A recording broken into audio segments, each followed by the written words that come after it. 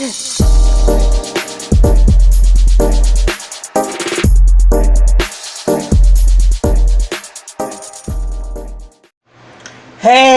what's up everybody? This is your boy Kenny and welcome back to KRS TV. And this is my review for How to Get Away with Murder Season 5 Episode 1.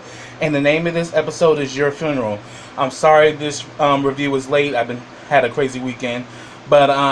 But yes, I am so happy How to Get Away with Murder is back. It's definitely one of my favorite shows to review.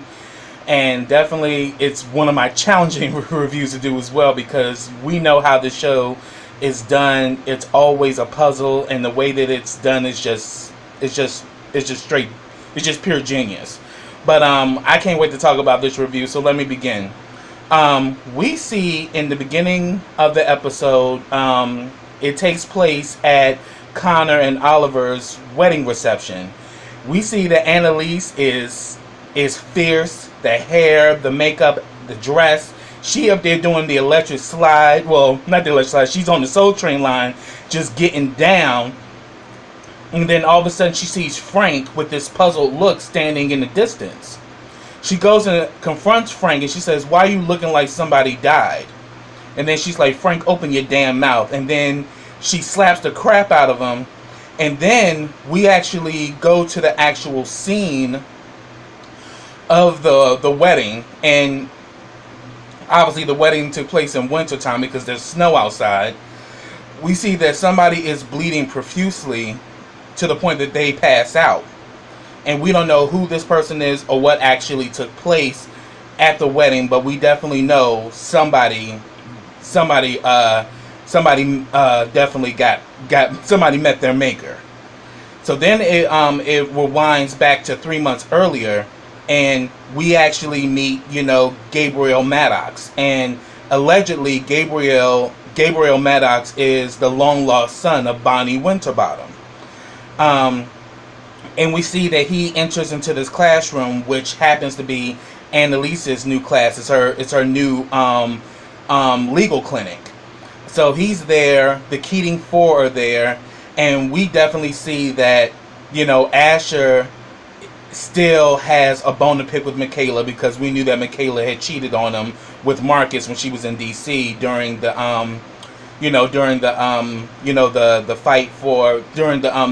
fight with the Supreme Court. And so pretty much we see Annalise comes into the room. The classroom is filled from wall to wall. There are people standing up. So people are literally fighting to get into her class. And she comes in with her leather pants and her boots. I'm like, you better go, Annalise. And that new hair too. Like, Annalise is working it. And she pretty much says that I got a full class, and just to think of it, they wouldn't even let me on this campus about a month ago. And she pretty much says that if you are here because you think that the sun shines beautifully and that everything's going to be rosy, you're in the wrong place. This is about sacrifice. This is about really fighting every day to save the world. It's brutal. It's ruthless. There are going to be times you're going to want to kill yourself and you use drink to cope. She just gave them the real deal that being an attorney is hard work, and it's never easy for the fighter. The fighter is always going to go through the trenches of emotions when you're dealing with every case. So she pretty much says, "Who wants in?" And everybody raised their hand. Then you had this one guy that she asked the question, like, "What is your passion?" He says, "Well, right now my passion is Prince." And she's like, "I'm talking about your legal passion." Like, people do that a lot. Like, when they ask about your passions and stuff like that, people will talk about something personal, and it's like, no, they want to have an answer that's related to whatever job or criteria that you're there for. So she pretty much put his ass out and was like, no. And she pretty much says that, "Look, you all have 30 seconds to prove to me why you should be here, and you got 30 seconds. So we see that all of them start arguing different points, and we see that throughout this process, she's sending some people to the left and some people to the right. And the people on the right, she ended up cutting. So now she got all these people on the left. So she says that, but yet it's still not over, because now you have to argue the opposing side of your argument if you want a seat in this class. And that was to take place the next day. We also see little Christopher, and he's adorable, but I also heard that the baby, little Christopher, is actually played by twin girls. But the baby is so adorable, so we finally see little Christopher.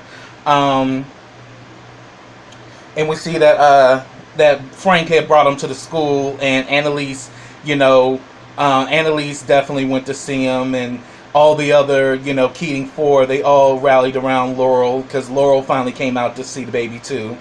And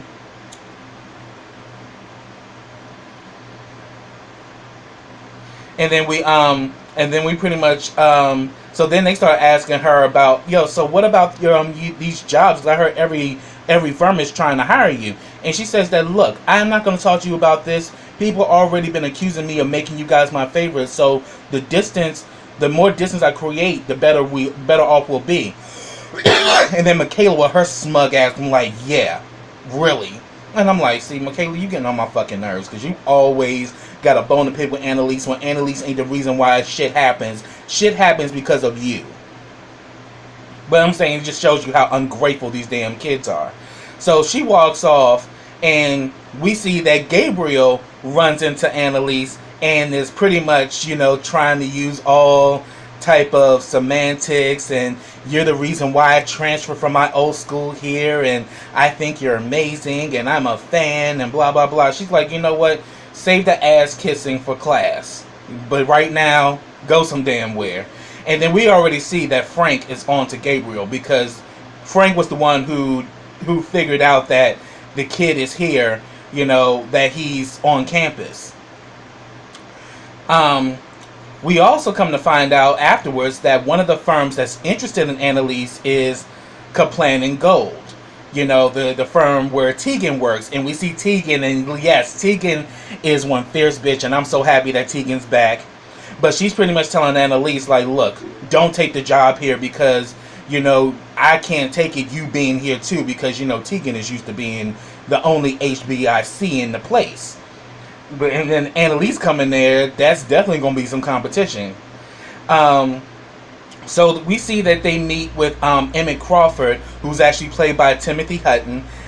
He's actually the head of the firm. He's originally from the location in London, but he's there to kind of help clean things up, because due to the fact that Laurel's father, who was one of their top clients, got taken down for all of his crimes, it's now kind of had a bad reflection on the firm, and they're trying to clean up their image.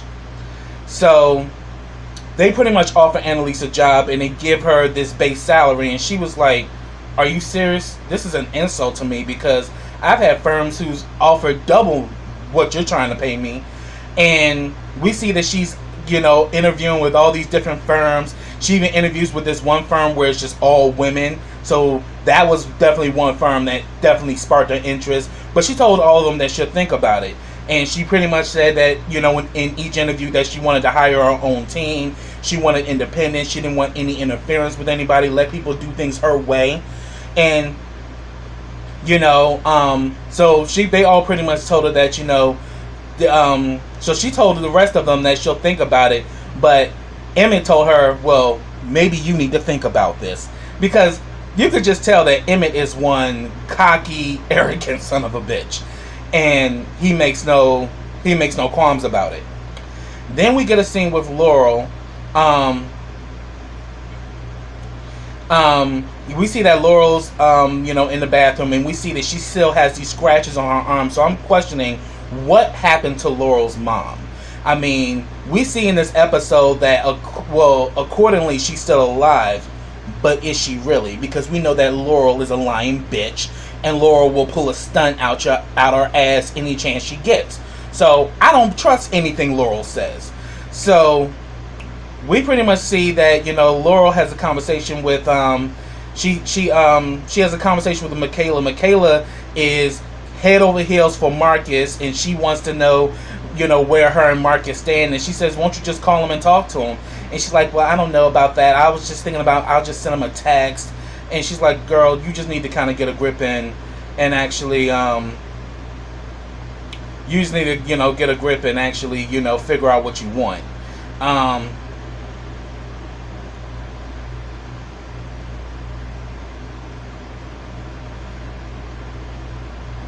So we saw that go down.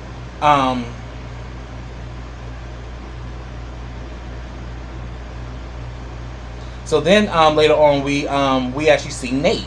Nate is still working at the is still working with the DA, and we see that Bonnie is there talking to Miller, who's now the head of the department now that Denver's dead.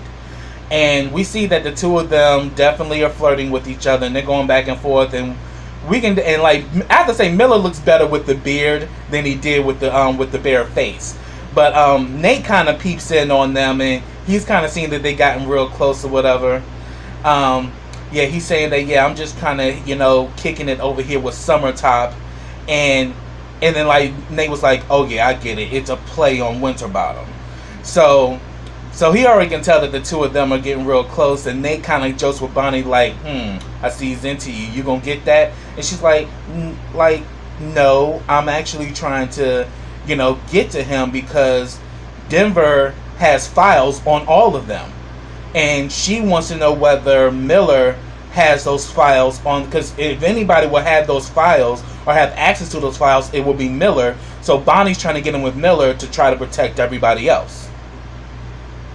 So then we see that Bonnie has a conversation with Annalise later on, and we see that Annalise's intention is to have a firm with her and Bonnie, Keating Winterbottom. She wants to have their own firm, and she's saying that she really is thinking about, taking a job with this women's firm, but, because they'll let her have her own team. And pretty much she's saying that, look, we now have to step out into the light and stop being scared. It's time to move on. But she's saying that, look, but she's saying that, Denver has files on all of us. How do we stop this from resurfacing where this can be detrimental to all of us? So she lets Annalise know that she's not stepping down from working with the DA, that she's going to stay there. And we see that this definitely upsets Annalise, and she's saying that, look, you need to let me do this, Annalise. I'm trying to protect us. But then Annalise is like, but that's not your job. She said, yes, but it's my job now. Let me do this. So, of course, she feels some kind of way.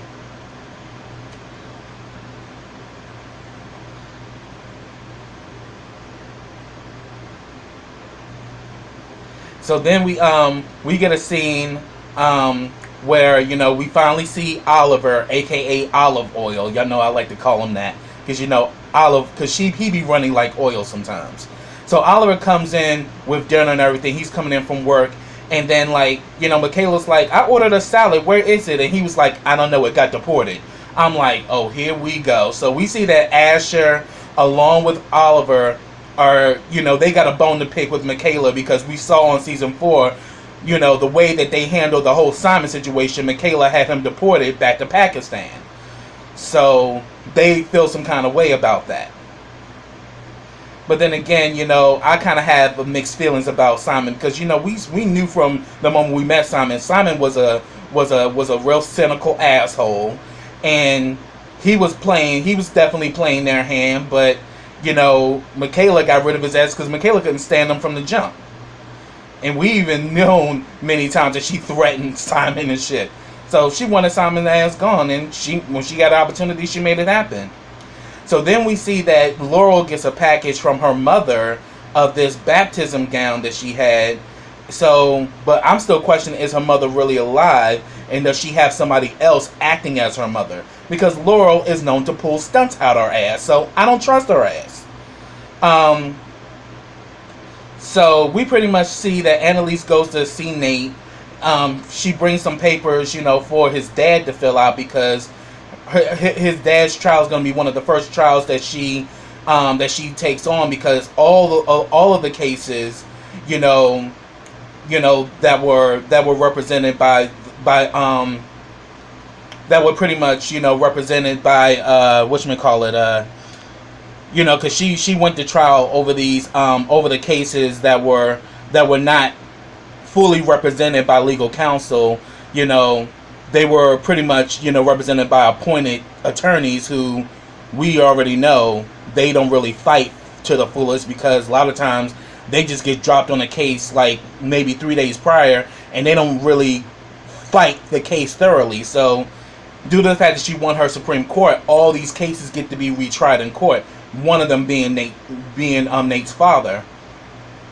So pretty much, he brings up, so tell me, so what is it? You hear about Bonnie, because, Bonnie decided not to quit her job to come join you to start a new firm. I mean, let me remind you, Annalise, you the one that fired her, and now you mad because she won't quit to come back to you. And Annalise was like, no, it's more than that, because you have no idea what I've sacrificed for her. And we definitely know that Bonnie and Annalise have a very long and pretty much a crazy history, especially involving Bonnie's background, because we know Bonnie came from hell, starting from her father all the way up to the point that she met Annalise. So definitely this kind of rings the alarm for Nate, like, okay, what is it about Bonnie that you're not telling me? So what happens is that we see later on that Nate begins to investigate Bonnie. He goes through her history, knows about her being sexually abused by her father, and how her father was pimping her out to other men. And then we see that there was a child born, but the question is the child alive? So this definitely sparks his interest. We see that Bonnie's in her office. She gets a page from Miller to come to his office. So she puts on her lipstick, drinks a sip of her coffee, and goes out. While she leaves, Nate goes and gets the cup of coffee, takes it to a DNA specialist, and he says that he wants this DNA run to see does it match the actual DNA presented with this person, to see if they actually match, and also whether does it match the child that's being questioned. And the DNA lady's like, look, you need to kind of give me some information. He's like, well, I can't. But then she's like, well, you're going to have to definitely take me up on that drink. And he was like, I'm glad you finally asked. Then we see that the two of them end up having sex. And later on, she finds out that the DNA, that Bonnie's DNA does match the information that it does match the information that was presented, and it does match that kid who's a boy. So yeah, Donnie got a son somewhere, and we're thinking it's Gabriel, but in time we'll find that out for sure. But then she's like, you need to tell me who are these people that you testing, and what's this all about? So then back at school, we see that finally they're doing their opposing arguments to the cases that they presented. Laurel, her case was education. Michaela was talking about, minorities in the community. One of them that was arguing firearms. Asher is talking about illegal immigrants. There was one person who argued religion. Connor actually argued, government funding, but he ended up going the next day. But then we saw earlier in the episode, Frank with his old messy, jealous ass tells Connor the only reason why you got back in is because Annalise made a call to get you off the waiting list. Because we see that Frank is on the waiting list, but Annalise won't take him off of it. And she told him the reason why she's not doing this because you're only going back to school because you're trying to impress Laurel and you're trying to be a father to that baby. So here it is, you're trying to domesticate yourself, which is not really you. And if anything, what you need to be doing is trying to figure out how to become a better Frank, not trying to dumb yourself down just to be accepted by Laurel because you want to keep Laurel in your life. And I can see the method of that. So we see that early on Connor feels some kind of way because, when it came down to after everyone made their arguments, it was down to Connor and Gabriel. And pretty much Connor said he would go, but then she took a call and said she had to leave. And at first he was thinking that she was blowing him off. And then he confronted Annalise about it. He said that, so is it true what Frank said that you had to call to get me, you had to call to get me off the waiting list. She says that Frank is a liar, and if you believe him, you're just as dumb as he is. And besides, have you not forgotten? You were right there by my side through that whole through that whole fight with the Supreme Court. That's the reason why you're back in my class. So she kind of let his ass know, Connor, get some confidence and stop believing everything people tell you. Because he definitely feels some kind of way. So the call was from Natalia, which was from that woman's firm that she wanted to work for. We see that she's still she still is in probation with the bar, and pretty much all of the firms that she's worked for, they now are in limbo as to whether they want to hire her, and that they want to fully investigate her. So when she talks to Natalia, Natalia just tells her the truth that, look, the governor of the state pretty much said that anybody that hires you definitely needs to do a thorough background check on you, and that they need to think twice before they do it. And she said that, look, you challenged the system. You should expect some backlash or some kickback because of that. So we see that, yeah, Annalise has been dealt a blow. So now it's question whether any firm is going to hire her. So then we see that Frank does research on Gabriel. He sees that he's like an activist and that he also likes to play basketball.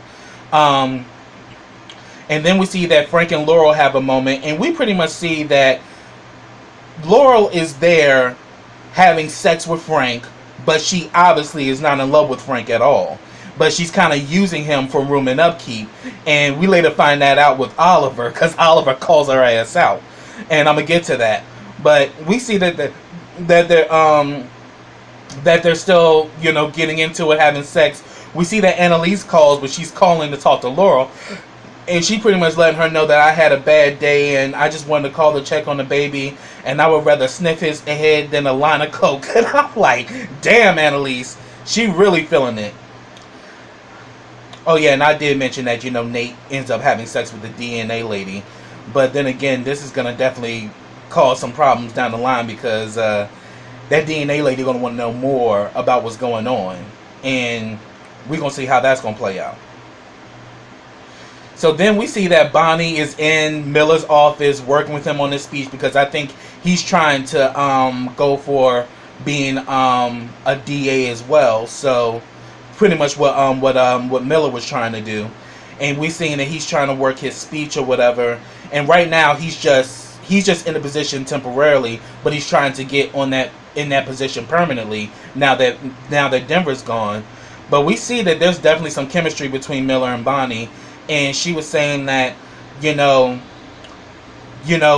Bonnie pretty much makes a bold move, and she's like, so tell me, are you doing this because you actually like me, or are you afraid to pursue me because you think it'll be inappropriate? And he's saying that, well, I like you because I clicked like on that app. And she was like, yeah, but why haven't you done anything? And he was saying that, well, yeah, we work with each other. I'm your boss and everything, and I don't want to be a conflict of interest. And she was saying that I just don't know whether it's okay for me to do this. And Bonnie's like, you have permission. I was like, okay, Bonnie, you damn hoe. I see you, bitch. I ain't mad at you. But then he was about to get at her right then, and she's like, oh, no, not here. We still got to work on your speech, baby. So I'm like, Bonnie working it. So I was like, okay, Bonnie, I see you, baby. She gonna get Miller's ass. But the question is, does Miller know about her and the whole Keating crew and all of their crimes? All the stuff that Denver had on them.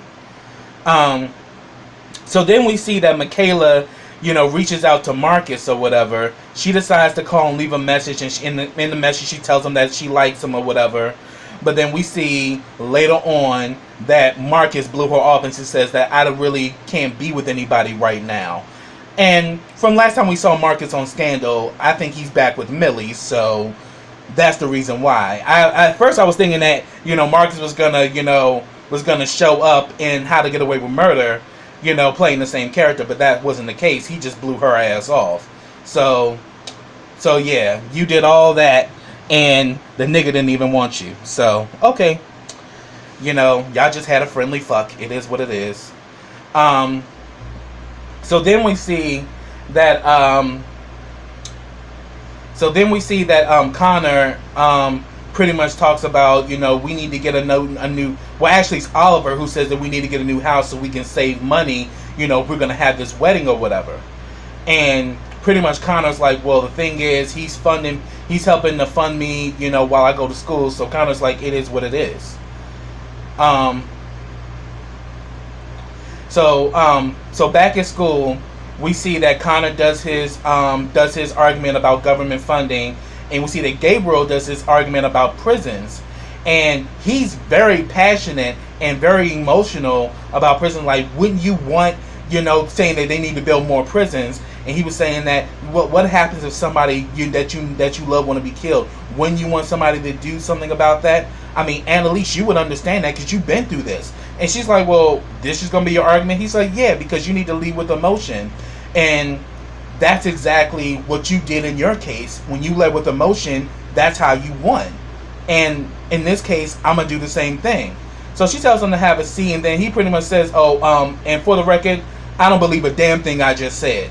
Which is great, because being arguing in an opposing side, you may get a case where the person may be guilty, but their whole gain is to win the case, whether good, bad, or indifferent.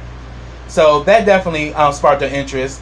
Then we see that Oliver finds this frat house that he wants to move in, and pretty much he was saying that we're all gonna live here. Laurel's like, I'm not leaving here. And he was saying that, well, first of all, Laurel, you really don't have much of a choice, because your family's funds have been frozen, and you need to stop playing these games with Frank, because you're using your sex to have a place to stay. So you need to get some dignity and just move in here. And then he tells Michaela that, Michaela, because of you, Simon is either sitting there with immigration, or he's already been sent back to Pakistan, where he doesn't know the language, nor can he be gay. So because of what you did, you have to stay here as payment. I'm like, oh, Oliver is a messy bitch. That's why I call Oliver Olive Oil, because she running like a motherfucker. And and so pretty much she's saying that, look, this will be great for all of us to live here. So we see that, well, we definitely see that Asher said no. So it's going to be the four of them living there. And then later on, we see that Michaela, when she gets rejected from Marcus, she was like, I'm going to be abstinent or whatever. And we see Laurel decides to do the same thing. But then Connor was like, well, look, me and my husband ain't going to be abstinent, so you're going to have to hear sex from us. So it is what it is. I was like, that's interesting. But then again, we're kind of wondering, will the same thing happen between Michaela and Laurel? Time will tell. So we definitely see that, finally, Laurel goes to Frank, and she tells Frank that she's moving out and that she can't continue to use him and all of this shit. But Frank is adamant. He's like, what do you mean, use me? I want you guys here. I want to do this, because he's very good with the baby. He's been very helpful to her. But Laurel is just saying, well, he's just being kind. And they all tell him, like, no, this man's in love with you, and you need to stop stringing him along, because you obviously don't feel the same way. So this fool gets on his knees, pulls out a ring, and says, marry me. And then he's like, marry me, damn it. I'm like, damn, Frank, you kind of forceful, ain't you, fool? But she tells him, I can't. And that just crushes Frank completely. So we see that, yeah, that's how that ended. Then we see that Frank was trying to do a background check on Gabriel, and he said that Gabriel is lying. And he was like, well, Gabriel ain't the only one lying. What about you? Why the hell did you tell Connor that I got him off the wait list? And he said, because I'm jealous. Yeah, because his ass is on the wait list and Annalise won't get his ass off. And then he says, and then he's also saying that also Gabriel's a transfer, and he's also a 2L, so you don't need to choose him. And then he pretty much was looking and seeing that all these firms that she had in the trash can that turned her down, and he was saying that, look, you need to do your own firm. And she says, look, I need the money. And he says that you're the money. You're the money that's going to make this all possible. You just need to realize that. So we see she goes back to Complaining Gold, and we see Tegan again. She's in a meeting with Emmett, and Emmett, pretty much we come to find out is that she wants Kaplan to fund her clinic at the university, and she's saying that, well, the thing is, how do we, why would we do this? I mean, after all, with all this baggage, it's not like you got any more offers anymore. But she goes to reassure him that, look, at the end of the day, what I'm asking for is legit. And he's like, well, it's up for negotiation. She's like, oh no, ain't no negotiations. Because at the end of the day, the bottom line is that what I'm asking for is legit, and it's well what I deserve. And the only thing that's going to get in the way of that is either your ego or you trying to argue the bottom line when you know at the end of the day, that's totally not the case. So either you take me as it is, or I walk. And he was like, again, we're open to negotiations. She got her shit and she walked away and left. And I'm like, sometimes in life you got to do that. You know, regardless of whether it's a job or whatever, when it comes down to your principles and your morals, if it doesn't align with that, you need to walk away. So she does that, and at one point she was going to walk back, but then she decided to get back in her car, and then she gets a call, and they said that, okay, you win, you know, come in here and sign off on this. And then we see that Tegan's pissed because now Annalise is going to be working at Complaining Gold.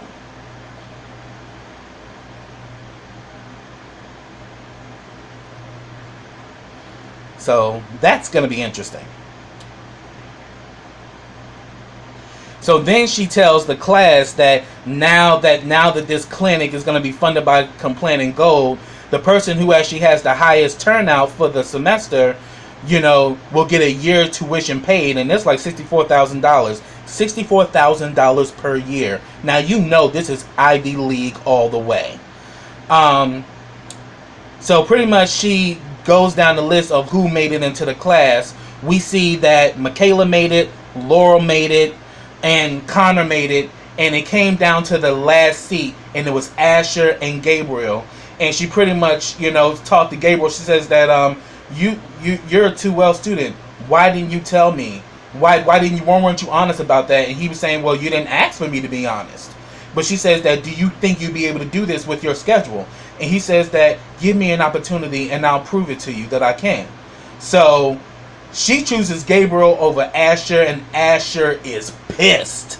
He is mad as shit. And we see later on that, you know, they do the baby christening for little Christopher. And, you know, we see during this whole time, you know, Ash is mad as hell. Well, good for you guys, because you guys are all living together and you're all going to be in class except for me. So Ash is pissed off. And then we see later on, he confronts Annalise. He's saying that, look, because of my work was the only way that you were able to get into the Supreme Court. So I made that possible. And she says that, yeah, I know that, but my decision was based on what was going on in class. And he's saying that I gave her a great argument. And she was like, since when did illegal immigration become a thing for you, Asher?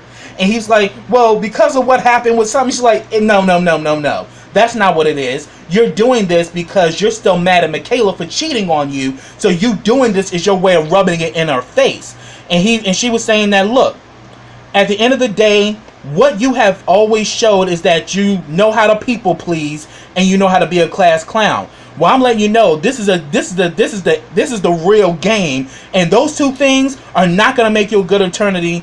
Those two things are not going to make you a great attorney, nor is it going to make you a great man. And just shut his ass down. And we see that damn Asher's pissed. So we're going to see what Asher's going to do, because Asher feels some kind of way. But I'm like, Asher, she did have a point though. You was doing that shit because you were trying to piss off Michaela because you still are butthurt because she cheated on you with Marcus. So we see that here it is, they're christening the baby.